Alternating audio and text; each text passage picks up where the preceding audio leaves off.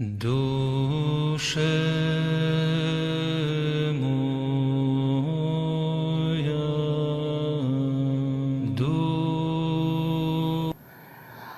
Atas nama Bapa dan Putra dan Roh Kudus, Shalom Aleichem bersama Mesia. Selamat bertemu kembali saudara dengan saya Romo Daniel Biantoro, Ketua Umum dan Pendiri Gereja Ortodoks Indonesia. Kita akan melanjutkan acara kita menjawab pertanyaan-pertanyaan yang saudara sudah kirimkan kepada saya. Tapi sebelumnya, tolong subscribe, klik loncengnya, dan like, share, dan berikan komentar. Kali ini, pertanyaan berasal dari saudara Bayu Tama Mikael. Pertanyaan pertama, 1. Kalau Yesus sebagai Mesias, Nabi terakhir, penutup para Nabi Perjanjian Lama, mengapa dia mengutus Rasul lagi setelahnya? Bukankah sudah ditutup? Ini harus kita bedakan, Rasulnya Alkitab beda dengan Rasul dalam pengertian agama Islam. Mungkin saudara Bayu ini Rasul dalam pengertian agama Islam. Rasulnya agama Islam itu adalah memang orang menyampaikan wahyu yang langsung dapat diterima dari Allah kepada orang lain.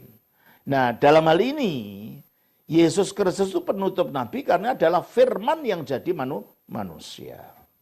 Nah, para rasul ini bukan menggantikan tepatnya Yesus sejajar dengan Yesus, mereka sebagai firman kecil-kecil yang juga jadi manusia. Bukan.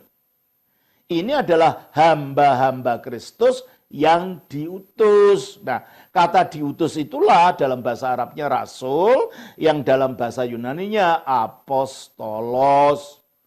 Jadi ini rasul ini pelayan gereja. Makanya Paulus mengatakan, coba kita katakan, kita baca di dalam 2 Korintus pasal yang keempat. 2 Korintus 4 ayatnya yang kelima, dikatakan demikian saudara Bayu. Sebab bukan diri kami. Siapa kami di sini? Paulus dan koleganya, para rasul yang lain. Sebab bukan diri kami yang kami beritakan. Kalau Kristus kan enggak, yang diberitakan dirinya. Barang siapa percaya kepadaku, kan gitu. Itu kan. Dan tujuan Injil ditulis agar orang percaya pada Kristus. Karena dia memang dia wahyu terakhir itu. Memang dia jalannya keselamatan itu. Coba kita baca di dalam Yohanes pasal yang ke-20. Ya. Di Yohanes 20 ayatnya yang ke-30 dan 31. Memang masih banyak tanda yang lain yang dibuat Yesus di depan mata murid-muridnya itu yang tidak tercatat dalam kitab ini.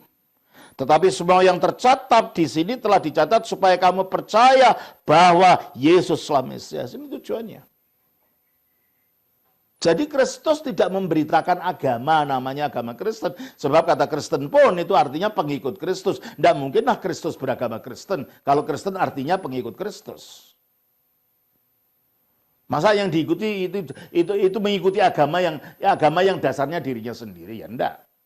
Kristen itu dari kata Kristianos, artinya para pengikut Kristus.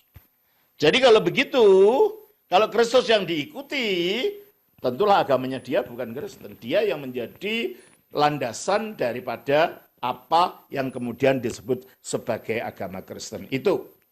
Nah, selanjutnya, para rasul bukan itu. Para rasul bukan menjadi tumpuan imannya orang Kristen. Para rasul adalah orang-orang yang memberitakan Kristus itu. Dia adalah hamba dari Kristus. Jadi saya baca lagi. Para rasul itu hambanya Kristus.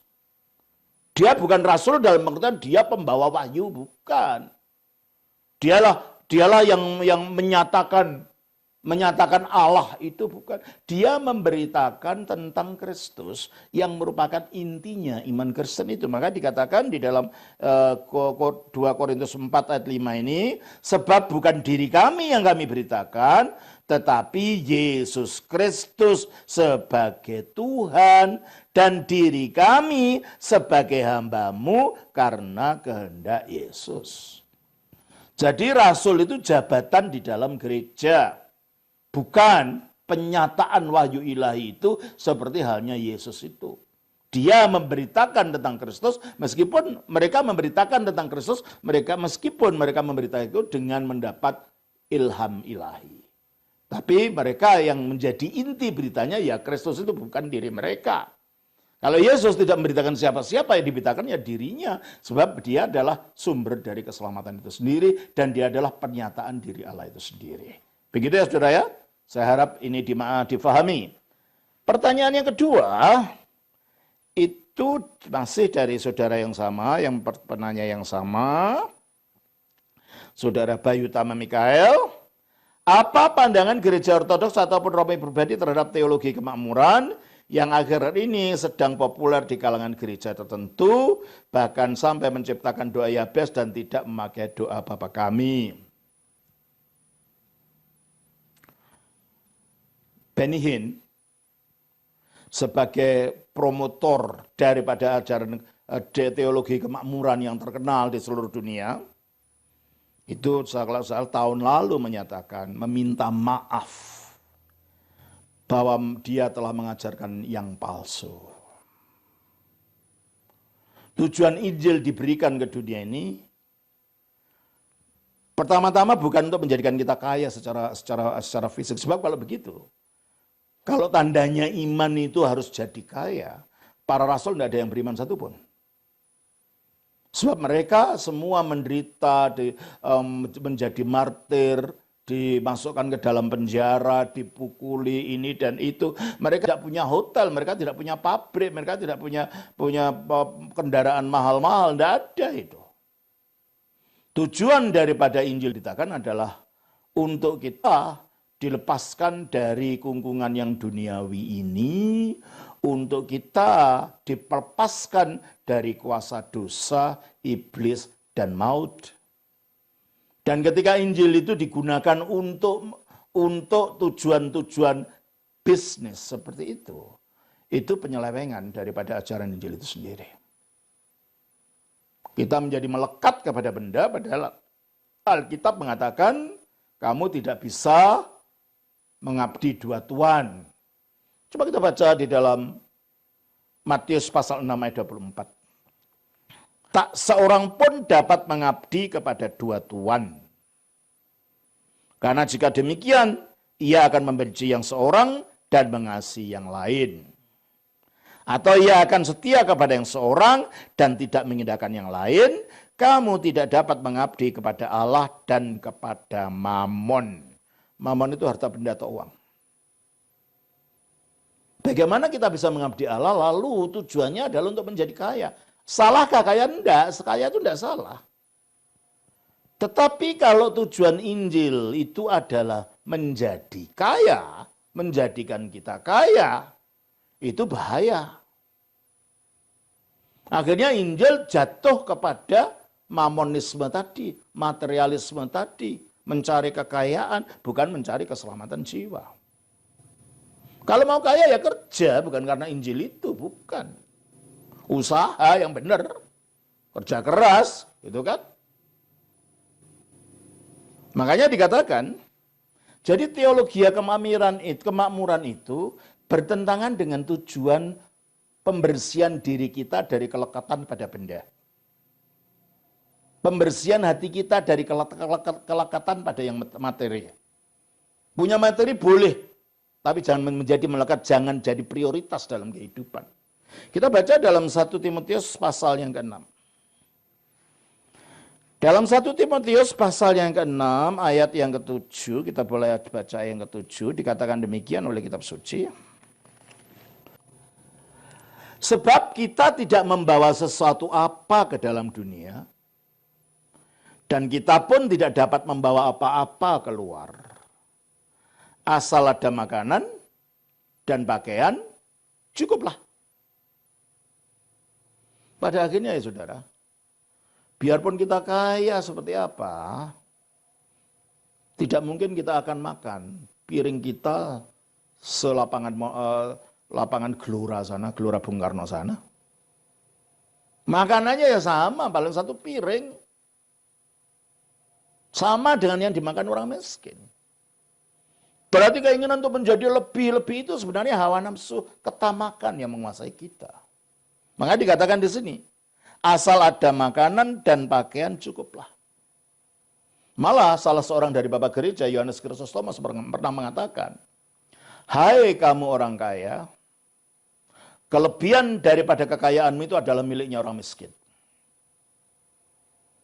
Kalau kamu punya berlebih, itu haknya orang miskin, bukan hak kamu. Artinya apa? Kalau kita punya berlebih, kita harus mempunyai belas kasihan pada orang yang berkekurangan. Bukan malah kita tumpuk-tumpuk untuk diri kita sendiri. Toh kalau kita mati ya saudara, sehelai benang dari baju kita nggak kita bawa. Batu bata dari rumah kita itu tidak akan kita bawa. Berarti kalau gitu kalau mencari ingin kaya, itu adalah hawa nafsu, itu ketamaan yang ada dalam hati kita. Makanya kitab suci mengajar kepada kita, asal ada makanan dan pakaian cukuplah. Tetapi mereka yang ingin kaya, nah itu apa? Ketamaan tadi. Terjatuh ke dalam pencobaan. Ya iyalah akhirnya, karena ingin kaya dia menghalalkan segala cara untuk mencarinya. Menipu temannya, menipu orang, dagang pun tidak jujur, korupsi dan macam-macam. Maka dikatakan orang yang ingin kaya jatuh dalam pencobaan, ke dalam jerat. Nyata, koruptor itu tidak pikir bahwa nanti kalau tertangkap dia akan masuk penjara itu. Atau memang tidak peduli. Mereka terjerat oleh hawa nafsunya sendiri. Dan ke dalam berbagai-bagai nafsu yang hampa. Orang itu makin banyak uangnya, makin bingung mau menggunakan apa. Dan akhirnya mereka menggunakan untuk kepentingan raga, kepentingan hawa nafsu. Dan akhirnya rusaklah kehidupannya. Ya toh? Yang mencelakakan, hawa nafsu yang hampa dan yang mencelakakan, yang menenggelamkan manusia ke dalam keruntuhan dan kebinasaan. Bukan apa ya? Karena itu tadi. Ketamakan tadi. Karena akar segala kejahatan ialah cinta uang. Bukan uang ya. Uang itu netral, tergantung bagaimana kita menggunakannya. Akar segala kejahatan adalah cinta akan uang. Melekat pada benda, melekat pada materi. Nah, ajaran teologi kemakmuran membuat orang jadi seperti ini nanti. Dan akhirnya nanti kehidupan gereja jadi tidak sehat. Perhitungannya adalah perhitungan untung rugi. Aku dapat berapa. Dan akhirnya di mana letak kerohanian itu? Di mana letak pembersihan batin dari ketamaan itu? Padahal tujuan kita hidup di dalam Kristus adalah untuk mencapai kekudusan. Dan kekudusan itu artinya membersihkan apa yang membuat kita jadi kotor. Apa yang membuat kita jadi kotor? Kita baca dalam Markus pasal 7 ayat 21 sampai 23. Kita baca demikian.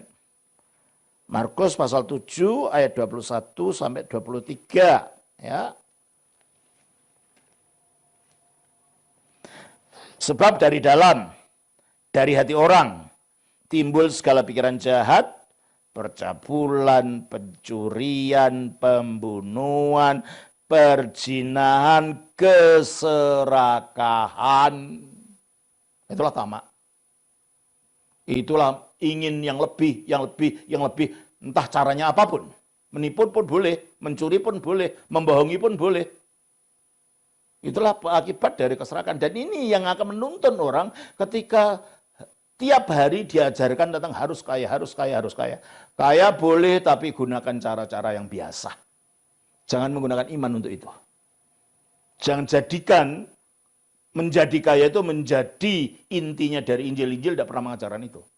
Ya, dikatakan keserakahan, kejahatan, kelicikan, hawa nafsu, iri hati, hujat, kesombongan, kebebalan. Semua hal jahat itu timbul dari dalam dan menajiskan orang.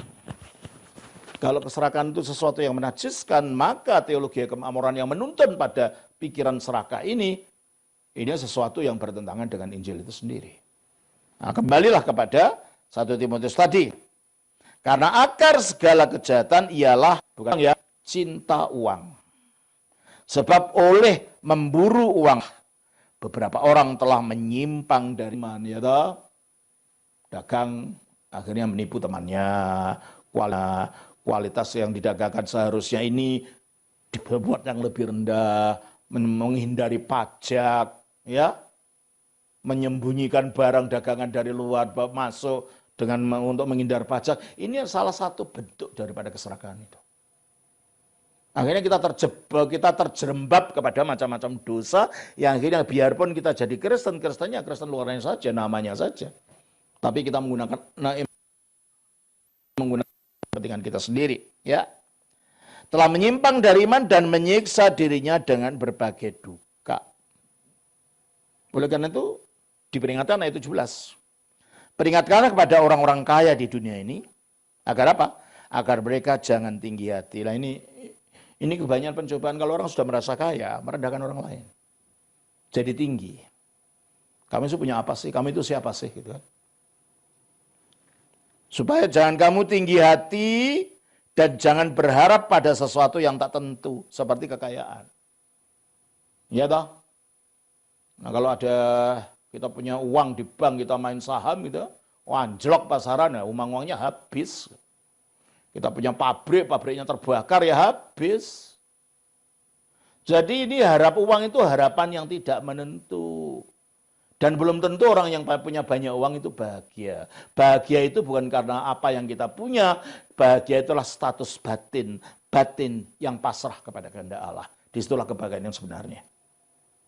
Bukan glamornya hidup ini. Ya, terus. Dan jangan berharap pada sesuatu yang tak tentu seperti kekayaan, melainkan pada Allah. Yang dalam kekayaannya memberikan kepada kita segala sesuatu untuk dinikmati.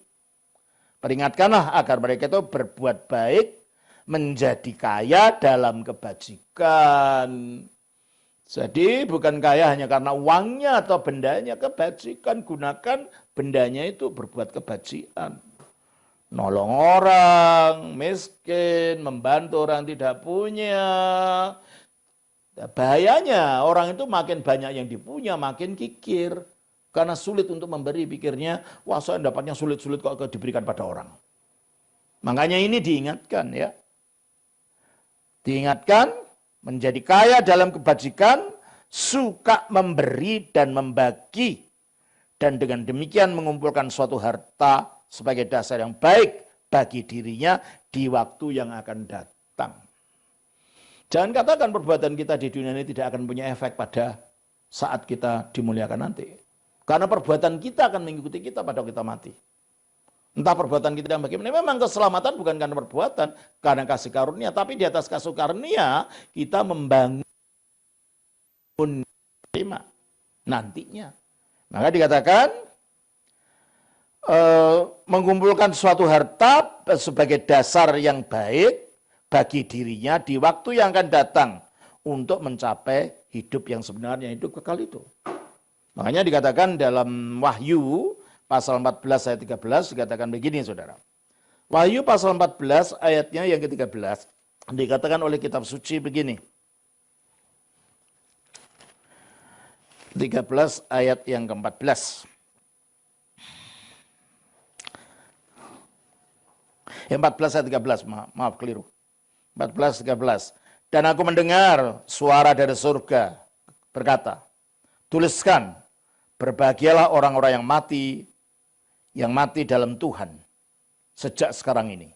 Sungguh kata Roh, supaya mereka beroleh istirahat dan jerih dari jerih lelah mereka, karena segala perbuatan mereka menyertai mereka. Jadi yang menyertai kita bukan harta kita, bukan uang kita, bukan gelar kita, bukan kedudukan kita, bukan keturunan nenek moyang kita, keturunannya apa, bukan.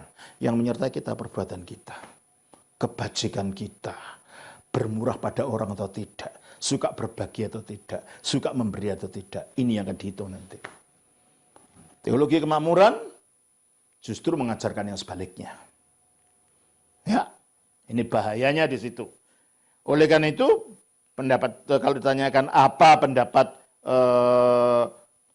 saya pribadi tentang teologi kemakmuran, ya ini yang saya katakan ini. Yang ketiga, mengapa gereja ortodoks masih mempertahankan sistem ruang maha kudus ikonostasis? Sistem ini biasanya ditentang orang Protestan, karismatik dengan dalil kematian Yesus di kayu salib sudah merobek tabir ruang maha kudus. Kami juga, ruang maha kudusnya terbuka. Tabirnya juga terbuka. Ini ruangan ini mempunyai simbolisme, bukan yang sekedar dipertahankan. Nah, kalau mau tahu harus datang ke gereja ortodoks, bisa saya terangkan apa itu simbolismenya. Masing-masing punya simbolnya. Ruang masuk yang pertama itu landasan kita, simbol daripada kita keluar dari dunia masuk ke dalam bahtera keselamatan. Yang pertama kita jumpai adalah wahyu Allah dalam perjanjian lama, makanya nanti gambarnya ada gambaran perjanjian lama. Lalu ruang yang kedua itulah tempat kita berkumpul beribadah, itu lambang persekutuan daripada orang-orang yang ditebus. Dan yang ruang ketiga, tempat di mana altar itu ada, di mana perjamuan kudus dilaksanakan, lambang tujuan hidup itu menuju kepada penyatuan dengan Kristus. Jadi kalau tidak ada simbolisme, ya akhirnya kita tidak memiliki makna apa-apa daripada kita hanya nyanyi-nyanyi, senang-senang, tapi makna teologinya apa? Oleh karena itu dipertahankan bukan sekedar demi mempertahankan, tetapi karena di situ ada makna teologi yang kaya sekali. Yang untuk tahu yang secara detail, datanglah ke gereja, saya jelaskan nanti satu persatu maknanya. Nah, karena kalau di sini kan tidak kelihatan bentuknya, jadi sulit untuk menjelaskan, apalagi untuk orang yang belum pernah melihat, sulit untuk saya jelaskan.